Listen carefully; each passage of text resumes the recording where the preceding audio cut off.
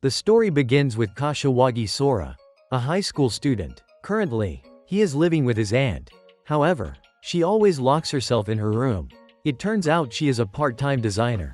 One day, Sora suddenly receives a giant coffin sent from Egypt, sent by his own father. In the accompanying letter, his father says, "It's just an extremely cute mummy." He also gives Sora some instructions, advising him to treat it like a member of the family. However, it's clear that Sora doesn't believe it, because his father is not a trustworthy person. He is actually an adventurer, so he often goes on expeditions all over the world. There was one time he sent back a cheerful Daruma doll, but it turned out to be a cursed one. Another time, he said he sent a lucky scarecrow, but it was actually a murderous scarecrow. Suddenly, the coffin door unexpectedly opens. Inside is a tiny mummy boy with a small body. Although he doesn't seem evil at all, Sora still feels something is off. He grabs a coat hanger and pokes the little mummy, because Sora plans to send the boy back to Egypt. Just as the coffin door closes, suddenly, a puddle of liquid flows out from inside the coffin. It turns out those were the tears of the little mummy boy when Sora wipes the water off the floor. The mummy boy immediately runs over to him. However, Sora quickly blocks him with a notebook. Suddenly, the mummy boy pretends to knock on a door, as if he's asking for permission to come through. He even volunteers to do housework just to stay. But because his body is so tiny, he can't even hold a carrot or get a glass of water. At one point, he drops something straight into the sink, forcing Sora to quickly pull it out. Afterwards, Sora takes out his books to research information about the mummy boy. But Sora can't find any results. Even so, he still decides to keep him, because just mentioning sending him away makes the cute mummy look sad. Right at that moment, Sora's silly dog appears. Since it just woke up, the dog still seems a bit dazed. It immediately bumps its head into the door. Seeing that, Sora hugs the dog in his arms. At that moment, the mummy boy becomes visibly jealous. He quickly imitates the dog, then climbs onto Sora's back to get attention. Sora tries to pull him down, because he's afraid both of them might fall and get hurt.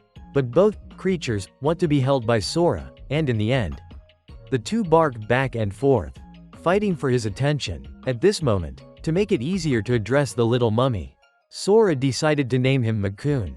Suddenly, Makun thought, being given a name means I've been accepted to stay. So he cheerfully perked up again. At that time, Sora gave Makun a little water to drink, but Makun hugged the whole bowl and poured it all over himself. In the end, Sora had to use a bottle cap as a small cup for him. Sora searched the entire kitchen to find something for Makun to eat. But when he turned back, he was shocked to see Makun eating dog food. Sora then tried offering a few other types of food, to see what Makun might prefer. It seemed Makun especially liked apples and ramen noodles. The next day, during lunch at school, Sora told his best friend Tuzuki about Makun. Tuzuki had never heard of anyone keeping a mummy at home before. So after school, Tuzuki decided to follow Sora home, because he wanted to see what Makun looked like with his own eyes. As soon as they got home, Sora panicked when he saw Makun had dried up completely, and the little mummy was curled up on the table. Fortunately, after drinking some water, Makun immediately returned to normal. Sora quickly brought Makun over to meet Tuzuki, but Makun looked extremely frightened, because in Makun's eyes, Tuzuki seemed like a bad guy. So he refused to touch Tuzuki, and quickly hid behind Sora. Later, after Tuzuki left, Sora took Makun to the bathroom to bathe with him. Suddenly, Sora was surprised to see Makun swimming happily in the bathtub. However, because he absorbed too much water, Makun's belly became swollen like a balloon after swimming. Every day when Sora came home from school, he would find Makun all dried up again, without knowing why. Then, he realized, Makun really wanted to help with housework. So Sora made a small knife for him to use. Sora gave Makun a few slices of cucumber so he could practice cutting for fun and help make their home feel livelier. But while Sora wasn't paying attention, Makun accidentally stepped on a cucumber slice and fell to the floor. Luckily, Sora quickly caught him before he hit the ground. That day, Tuzuki came over to Sora's house for a study session.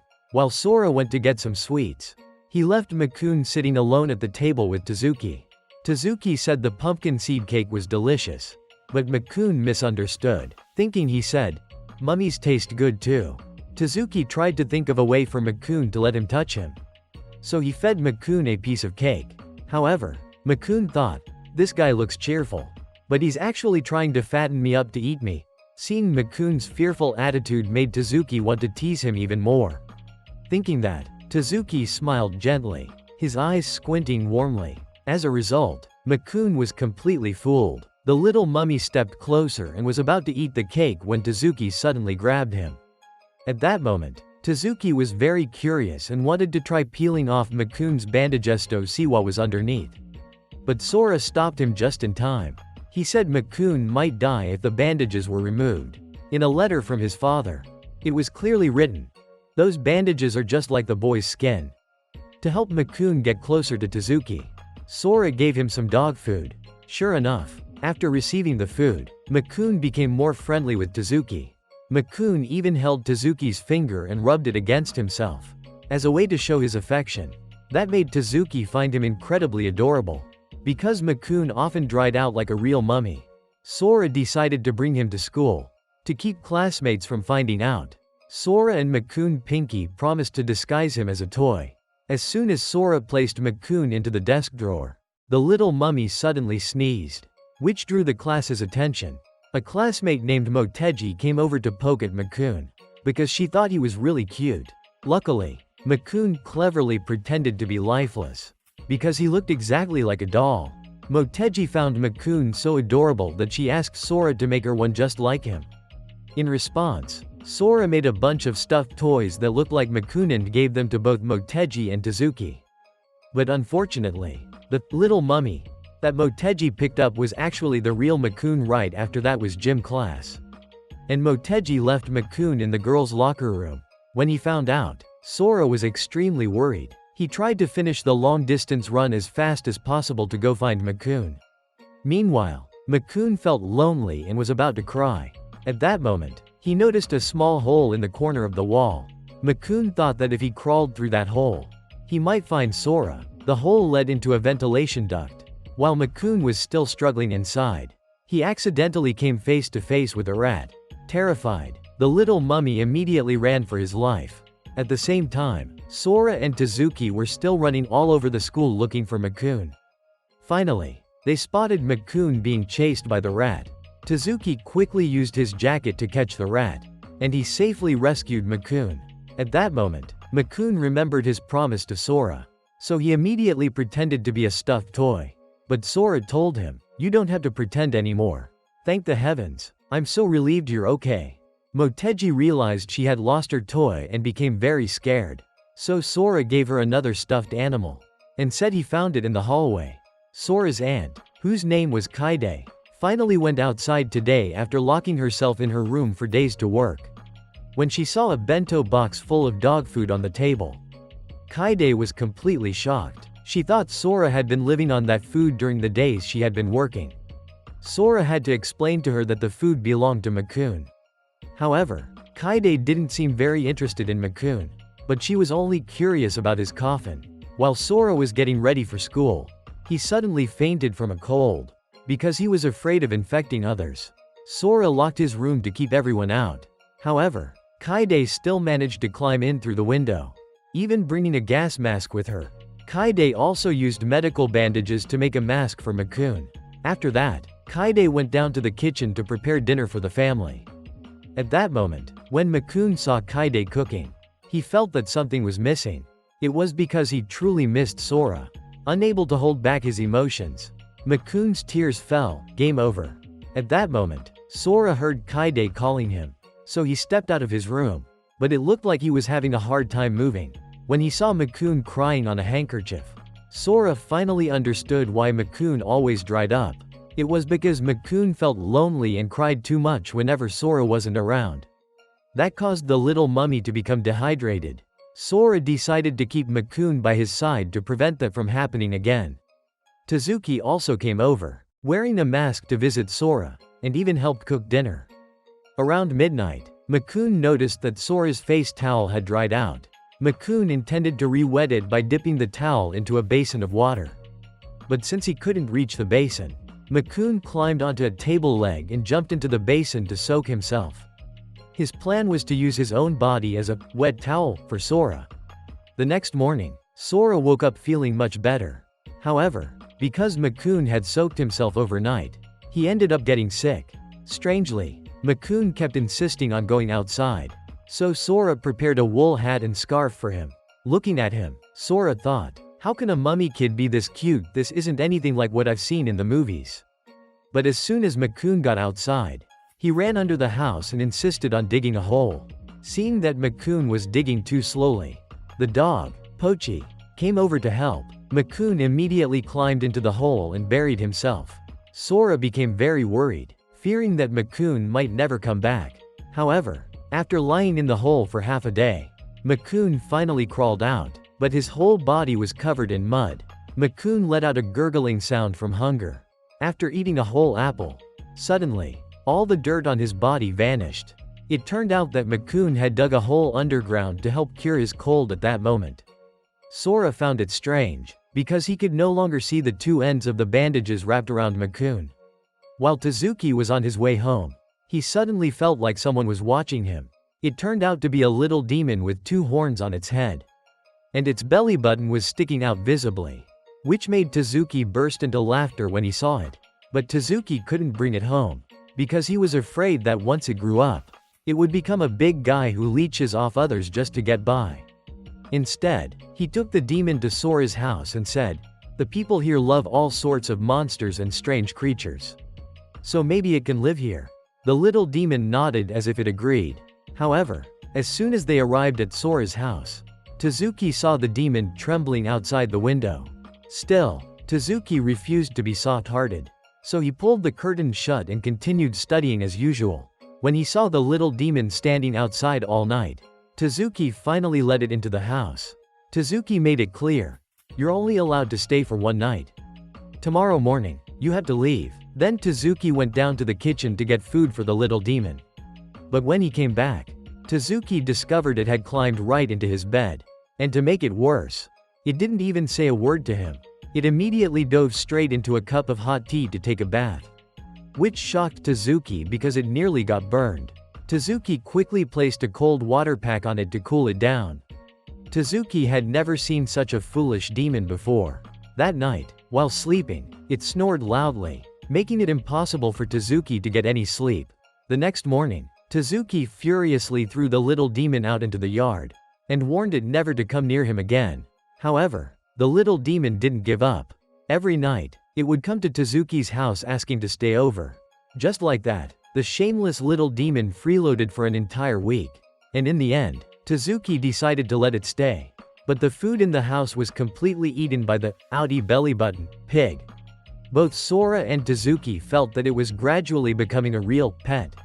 Sora said, "It's fine to keep it, since Tuzuki absolutely loves animals." Since childhood, Tuzuki and Sora had often encountered strange creatures. Those creatures only appeared to people who were capable of helping them. That evening, Tuzuki asked the little demon, "Why do you keep following me around?" It turned out the demon liked Tuzuki, because he had a scar on his hand just like it did. However, Tuzuki bluntly replied, "I'm not your sibling or anything." Okay, the next day, Tuzuki brought the little demon to Sora's house to meet Makun. At first, the two of them just sat silently, staring at each other without blinking. But after the two became friends, they started happily playing tag around the living room with Pochi. Following Sora's suggestion, Tuzuki named the little demon Connie.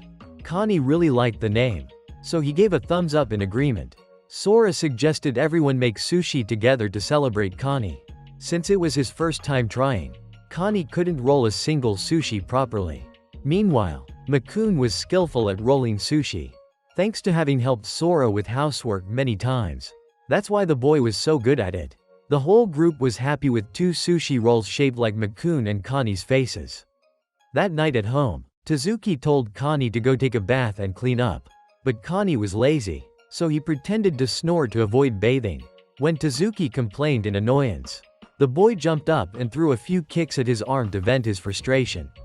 Even though the little demon was violent, stubborn, and totally chaotic to the point of being infuriating, Tuzuki just glared at him and smiled. Now, a classmate had given both Tuzuki and Sora a fake lizard. Sora gave the fake lizard to Makun to wrap up like a mummy. Even though he wrapped it very carefully, the tail still stuck out, which made Makun so angry that he started crying. Notably, a classmate dropped the fake lizard right in front of Motegi. It scared her so much that she ran off, leaving her shoes behind. On the way home, Motegi told her friends that she had been terrified of reptiles ever since she was a child. Sora asked why Tuzuki didn't bring the little demon to school for fun. But if that troublemaker showed up at school, Tuzuki's student life would be over. As soon as he got home, Sora suddenly saw Keta lying inside a coffin with Pochi the dog. At that moment, Sora reminded Makun not to cry while he was out buying groceries. Meanwhile, Motegi had just stepped into her bedroom when she suddenly saw a small dragon sitting on her desk. While Motegi was still trying to figure out what was going on, the lizard crawled down and nestled at her feet. But as it tried to hide itself, it ended up exposing its tail for her to see. So much for trying to stay hidden. It even pretended to blend in among her stuffed animals to go unnoticed. At that moment, Motegi screamed in terror. Her legs gave out, and she began to cry. The little lizard didn't understand what was happening, so it quickly grabbed a doll to try and comfort her.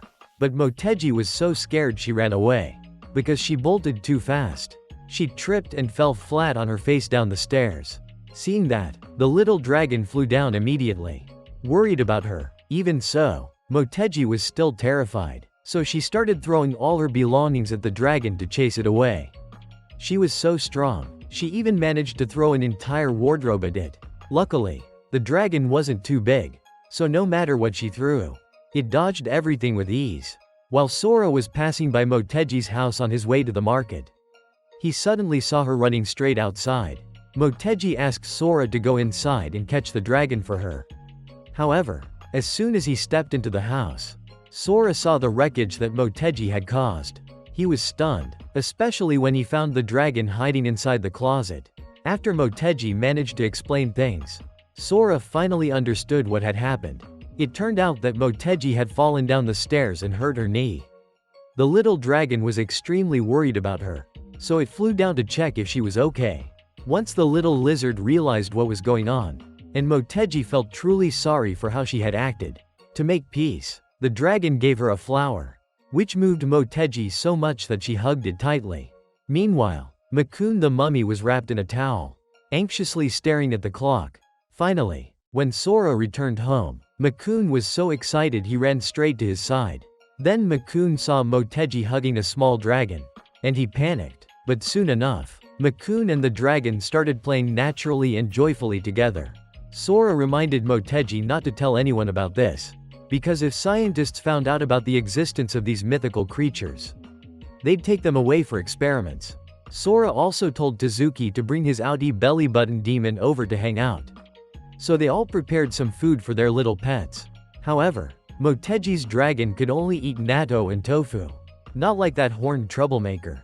Right at that moment, Kaide woke up from her nap in the coffin. She saw the little dragon and seemed quite fond of it. But what surprised Kaide the most was that Sora had actually brought a girl home. Motegi later named the little dragon, Isao. Don't underestimate Makun just because he's small. When he saw Sora cleaning the bathroom, Makun immediately grabbed a rag and ran over to help. Sora tried to stop him, but it was too late. Makun slipped and hit his head on the wall. Poor thing, he's just too adorable. Makun even tried to help answer the phone, but all he could do was bark like a dog, woof woof, which left Sora totally helpless. That night, Kaide commented that Motegi's dragon was quite thoughtful and caring. In contrast, Makun always needed to be looked after like a baby. When Makun heard that, he felt incredibly downhearted, thinking of himself as completely useless. The next day, all of Motegi's friends were posting pictures of their pets on Facebook. Motegi was about to show off her little dragon, but then she remembered Sora's warning, so she held back. However, two of her classmates said, if she wanted to show off the dragon, she could just show it to them. So Motegi told everyone, I've taught my baby dragon how to write. At first, they thought she was joking, but to their surprise, the little dragon Isao could actually write even more shockingly. The dragon started teaching Makun and Connie how to write too. They couldn't believe it. Makun wrote something on a piece of paper and handed it to Sora. When Sora saw Makun's bashful face, it looked like he had written something very heartfelt. Turns out, Makun had written, "I want to be with Sora forever," which made Sora blush from the cuteness. Tuzuki guessed his demon kid could probably only write the word, sushi. But to his surprise, Connie asked him, "Is my handwriting pretty?" when Tuzuki told him it was ugly. The little demon got so mad he tried to beat him up. Later on, Connie the troublemaker was about to start another disaster. He was staring at a red radish in the yard. Even though Sora had warned him not to touch that radish, the mischievous little guy didn't listen at all. But Makun went ahead and forcefully yanked the radish out of the ground. As soon as he pulled it up, the radish boy started screaming at the top of his lungs, giving everyone a terrible headache. Sora quickly slapped a piece of tape over its mouth. Turns out, this wasn't just an ordinary radish, it was a bin duong radish. Sora's dad brought it back from one of his expeditions. If anyone hears it scream, they'll pass out for 5 minutes. If they keep listening, they could die. So why keep something that dangerous because it's Kaide's alarm clock? And of course, Kaide never disappoints. Just because she wanted to wake up on time, she was willing to risk her life. While everyone was busy talking, the radish suddenly rolled away at lightning speed out into the neighborhood. If the tape on its mouth came off, the whole district could be blown to bits. So everyone ran after it. Eventually, they discovered that the radish had fallen into a river. Watching it float down the stream, nobody knew how to get it back. Suddenly, Makun tried to jump in after it, but he slipped into a patch of mud instead. Meanwhile, the little demon kid jumped in and landed face first in the water, while its butt was raised high as if it were trying to be funny. Seeing that the tape on the radish's mouth was about to fall off, the little dragon Isao immediately flew out to the river, and the boy caught the radish with ease. Upon seeing that, Makun crawled into Sora's shirt, because he felt ashamed of his own uselessness. As soon as they got home, everyone collapsed from exhaustion after a long day of playing. Seeing that Connie had caught a cold, Makun covered it with a blanket and even carefully wiped its runny nose. Sora realized that Makun was maturing a lot more than before. As they were leaving, everyone noticed Makun and Isao whispering about something. It turned out the two little ones were trying to play matchmaker for their masters that evening. While Moteji was reading a book, Isao also brought out a pen and notebook to practice writing. The little guy could even bathe himself without needing Moteji's help like Makun or that dumb demon. One night, when Moteji was sleeping with her shirt slightly open, the boy even pulled the blanket over her so she wouldn't catch a cold. A student named Daichi had recently been suffering from frequent nightmares. Even after waking up, he was still haunted by them, which made Daichi become irritable. During one class, while he was dozing off, Daichi suddenly jumped up and screamed in the middle of the lesson. Then, just as he stepped out of the classroom, Daichi suddenly fainted and collapsed on top of Sora. Tuzuki and Moteji were sitting on the rooftop waiting to have lunch with Sora. But he still didn't show up. Makun insisted that he wouldn't eat until Sora arrived. Not long after, everyone was completely shocked when they saw Sora carrying Daichi up to the rooftop. It turned out Daichi once caused a commotion in the infirmary and was banned from entering. So Sora had no choice but to bring him up here to rest. Unexpectedly, Daichi suddenly woke up, and he tried to punch Moteji in the face. Luckily, Sora managed to save her in time. When Sora came closer to check on him, Daichi shouted as if he were in a panic. These actions were too much for Tuzuki to bear. He made a threatening face, and the cowardly Daichi ran away in fear. At the end of class that day, Sora went to Daichi's classroom to talk to him privately. Sora knew that Daichi had been suffering from constant nightmares and insomnia, which caused him to lose control in everyday life. Daichi said he had even used talismans to ward off the nightmares, but none of it seemed to work. When Sora visited Daichi's room, he was shocked to see the windows completely covered in superstitious charms. Sora immediately helped remove all of them, and then gave Daichi a drawing of a creature called a Baku. Sora explained that the Baku loves to eat people's nightmares. Daichi decided to try putting the picture under his pillow. That night, when he woke up, Daichi felt that he hadn't had any nightmares at all. But when he looked to the side, Daichi saw a strange creature and panicked, calling Sora for help. In the middle of the night, Sora brought Makun to Daichi's house, and discovered that the strange creature was actually a fat, sumo-like Baku, because it had eaten all of Daichi's nightmares. He was finally able to sleep soundly. A few days later, everyone was amazed to see that Daichi was cheerfully going to school. He said the Baku came every night to eat all of his nightmares, so now he could sleep much better. Daichi also apologized to Motegi for his reckless attempt to attack her the other day. After hearing the full explanation, Motegi forgave him. However, the relationship between Daichi and Tuzuki remained a bit awkward. Whenever the two were together, Daichi became shy and spoke in a stiff, awkward way. The strange atmosphere between them was something Makun just couldn't stand. So the little guy ran over and grabbed both of their hands to make them reconcile. But when Tuzuki quickly pulled his hand away, Makun got angry and started barking non-stop. In the end, thanks to Makun's persistent intervention, the two finally made up. From then on, Daichi became part of the little demon family of friends. And when the other kids saw such a chubby creature for the first time, they just couldn't help but tease it. When the teasing went too far, the Baku got angry and threw everyone out. As soon as she got home, Motegi was shocked to see the little demon Connie inside her house. It turned out that this outie belly-button demon often snuck out and wandered around.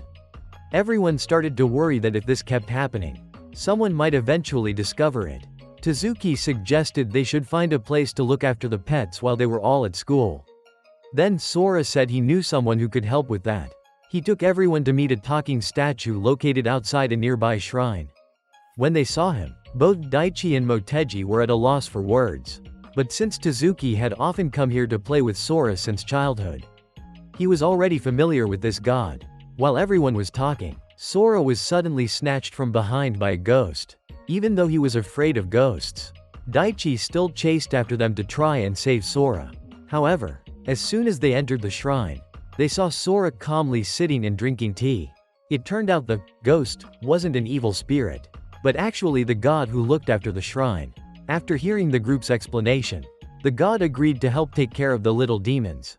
And so from that day on, every morning, Sora and his friends would bring the pets to the shrine, which now felt just like a daycare center. One day, while they were playing, Makun suddenly saw a ladybug outside the door. He quickly crawled out to play with it, but the god wasn't paying attention, and he accidentally closed the door. Makun, scared, started banging on the door, while tears rolled down his cheeks. But no one could hear his cries. Just then, Makun heard a sound nearby, so he quickly hid under the shrine.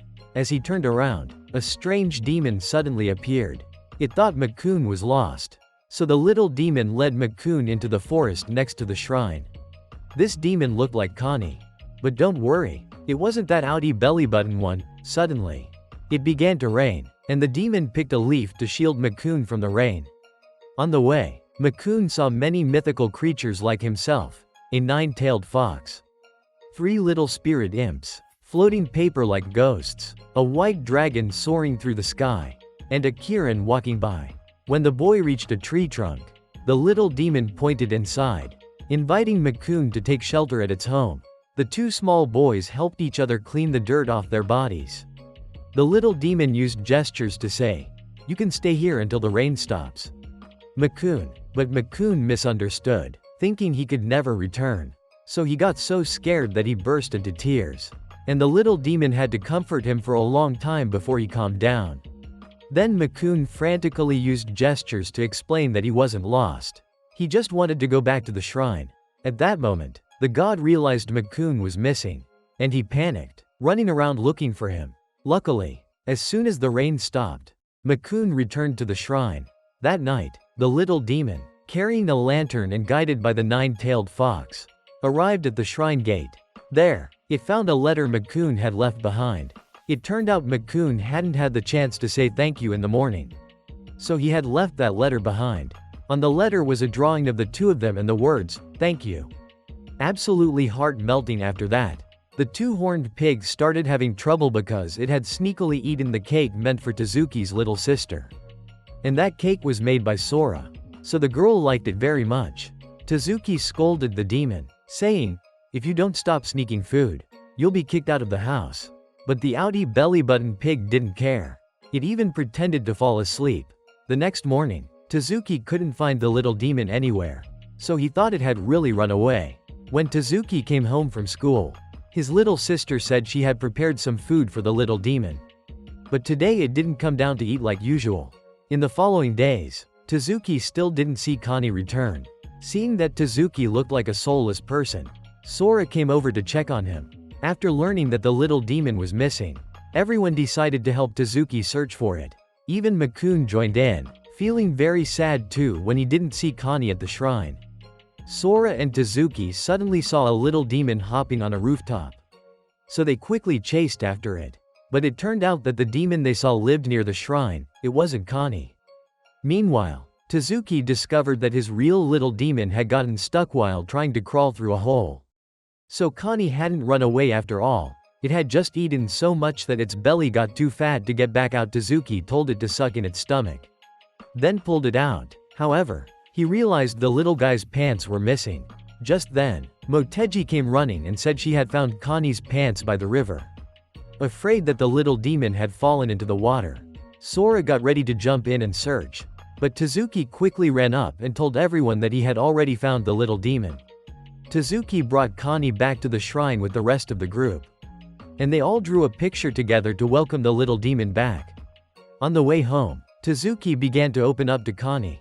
He said he was truly sorry for the things he had said before, but also that sneaking the cake was wrong. Tuzuki admitted that at first he didn't want to keep Connie, not because he hated him, but because he was afraid he wouldn't be able to protect him. Now, if possible, he hoped Connie would stay by his side. Hearing Tuzuki's words, Connie suddenly remembered the days it wandered the streets. It used to see other kids holding hands with their mothers, while it could only clutch at weeds by the roadside. Connie also longed for a happy family.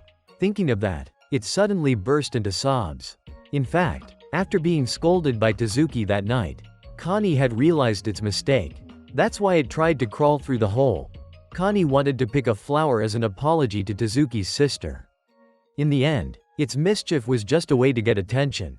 After that, Connie became much more well-behaved and obedient, because it had truly been accepted by Tuzuki. That day, Sora's dad once again sent home a bizarre item. Suddenly, the package began shaking violently and groaning from inside. Out of nowhere, the box flung itself open, making everyone grab their weapons. Ready for battle, they immediately assumed some kind of demon or evil spirit was about to appear. Turns out, it was a talking statue of the god Anubis. Seeing that Sora was still pointing a staff at him, Anubis looked very displeased. He thought that, as a statue who was always respected, he really wasn't being welcomed properly. At that moment, Sora did a quick investigation and realized that Anubis was actually just a kid. Anubis claimed to be a master of prophecy, and he said it would rain tonight. But everyone looked doubtful, since the sky was still perfectly dry without a single drop of rain. Anubis then predicted that tonight's dinner would have some kind of eggplant dish. Meanwhile, Sora sighed, guessing the statue must have just seen the bag of groceries left on the table. The moment Anubis saw Makun, he was astonished, because Makun was also from Egypt, just like him. But since Anubis couldn't move his arms or legs, he had to use his mouth to feel Makun's body. Makun didn't feel hurt at all. In fact, he seemed to really enjoy the sensation. Sora knew that this statue was just a souvenir his father had bought from a shop in Egypt, because Anubis was just a stone figure attached to a wooden board. He couldn't walk or move on his own. In addition, Sora's dad also sent a bit of Egyptian sand as a gift for Makun. Makun immediately recognized the sand as coming from his homeland, and he was overjoyed. The little mummy jumped in and played gleefully in the sand. That night, Motegi and Daichi came over to hang out too. With all the pets now gathered, the atmosphere became lively and full of fun. Sora even built a little cart so that the dog Pochi could pull Anubis around the house. The other pets also gathered around to greet the newly arrived god. Tuzuki explained that talking statues like Anubis are called assistant deities. The old man's statue at the shrine they had met earlier was also one of these assistant gods. These beings rarely ever talk to humans. While they were chatting, Sora suddenly started hiccuping non-stop. Tuzuki casually said, "You know, if someone hiccups 100 times in a row, they could die." That made all the kids' faces turn pale in fear. Even though Sora had only hiccuped once. For Makun, that was already serious enough to worry about. Silently, Makun began unwrapping the bandages on his body. Then he quickly jumped onto Pochi's back and ran away. Makun wanted to do something to help Sora. Seeing this, everyone hurried to chase after him. But suddenly, all the other pets blocked their way, preventing anyone from going after Makun. That's when Tuzuki had a mischievous idea. He had always been curious about what was underneath Makun's bandages. So Tuzuki took the opportunity to hold Sora tightly, hoping to give Makun more time to unwrap the rest of his bandages. Motegi also ran after Makun to catch him, but she accidentally pulled the bandages even further. At that moment, a blinding flash of light flared up, making Tuzuki squint. Sora immediately shoved Tuzuki aside and shouted for Makun to come back. Right after that, Makun and the dog Pochi came to a stop. But when they saw how the other pets were reacting, everyone suddenly realized the whole group had deliberately helped Makun unwrap himself.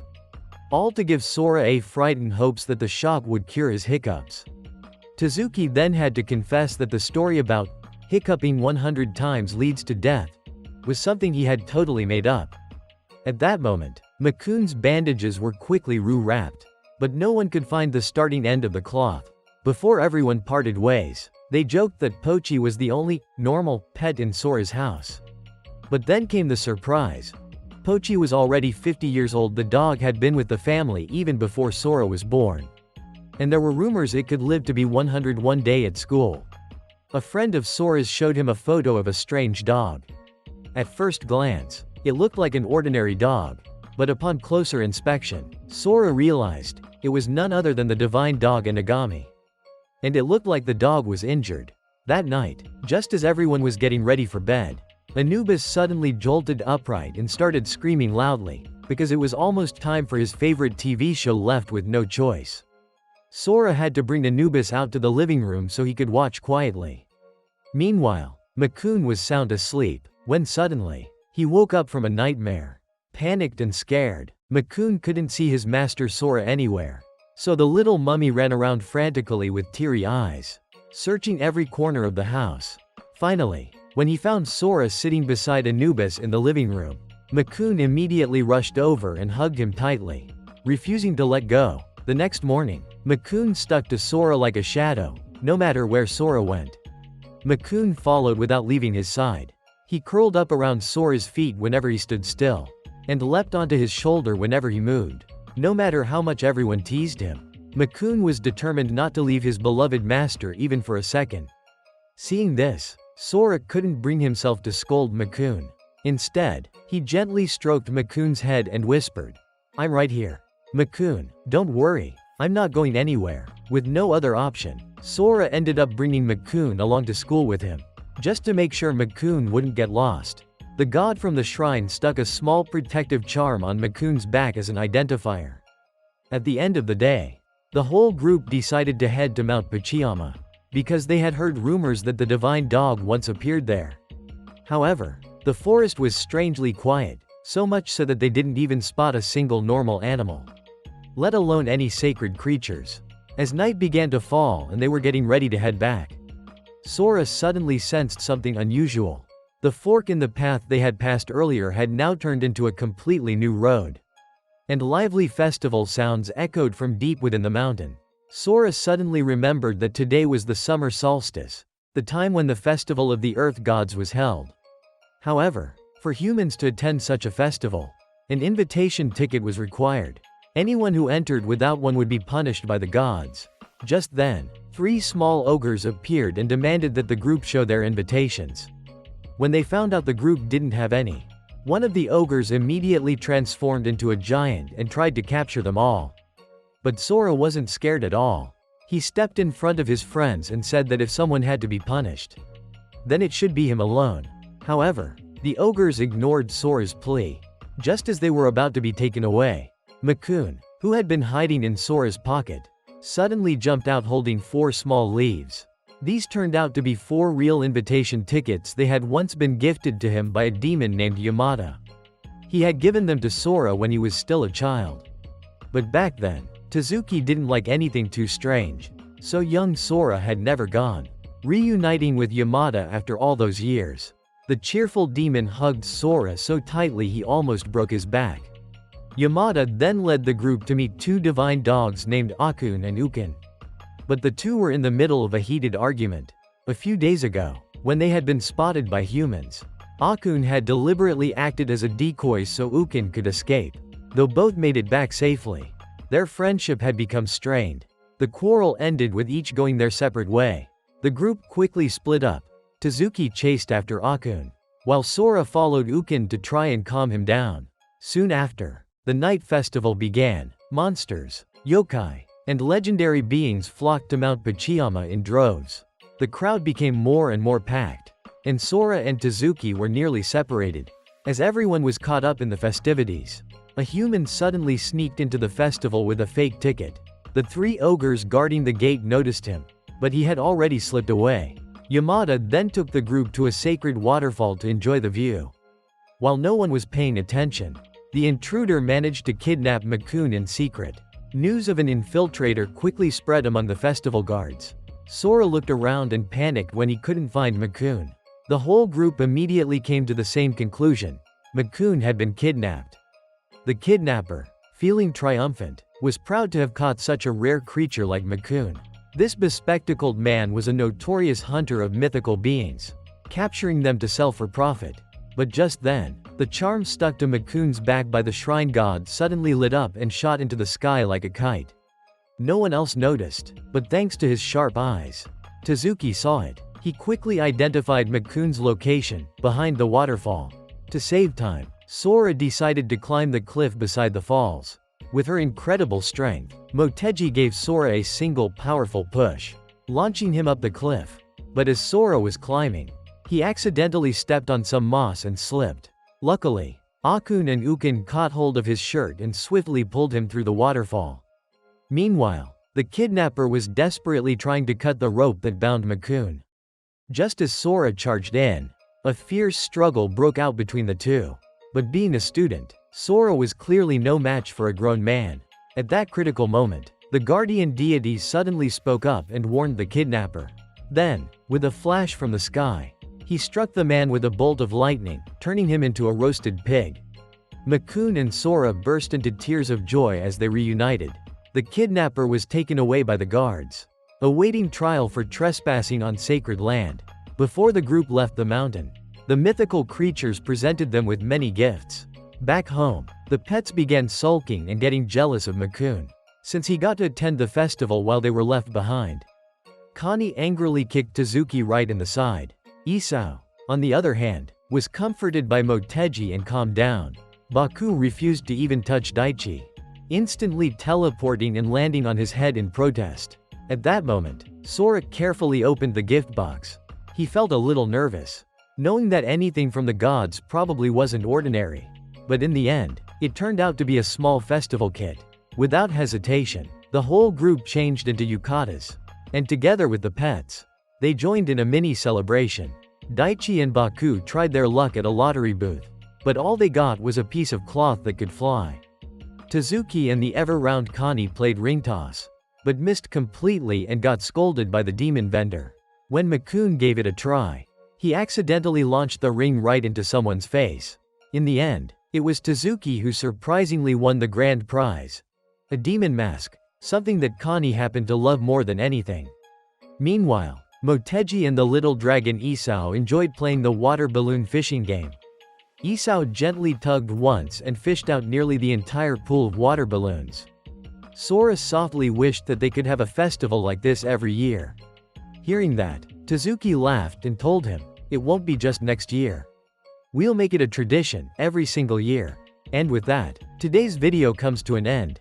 If you enjoyed it, don't forget to like, share, and subscribe to support Oni-chan in making more fun videos. Thanks for watching all the way to the end.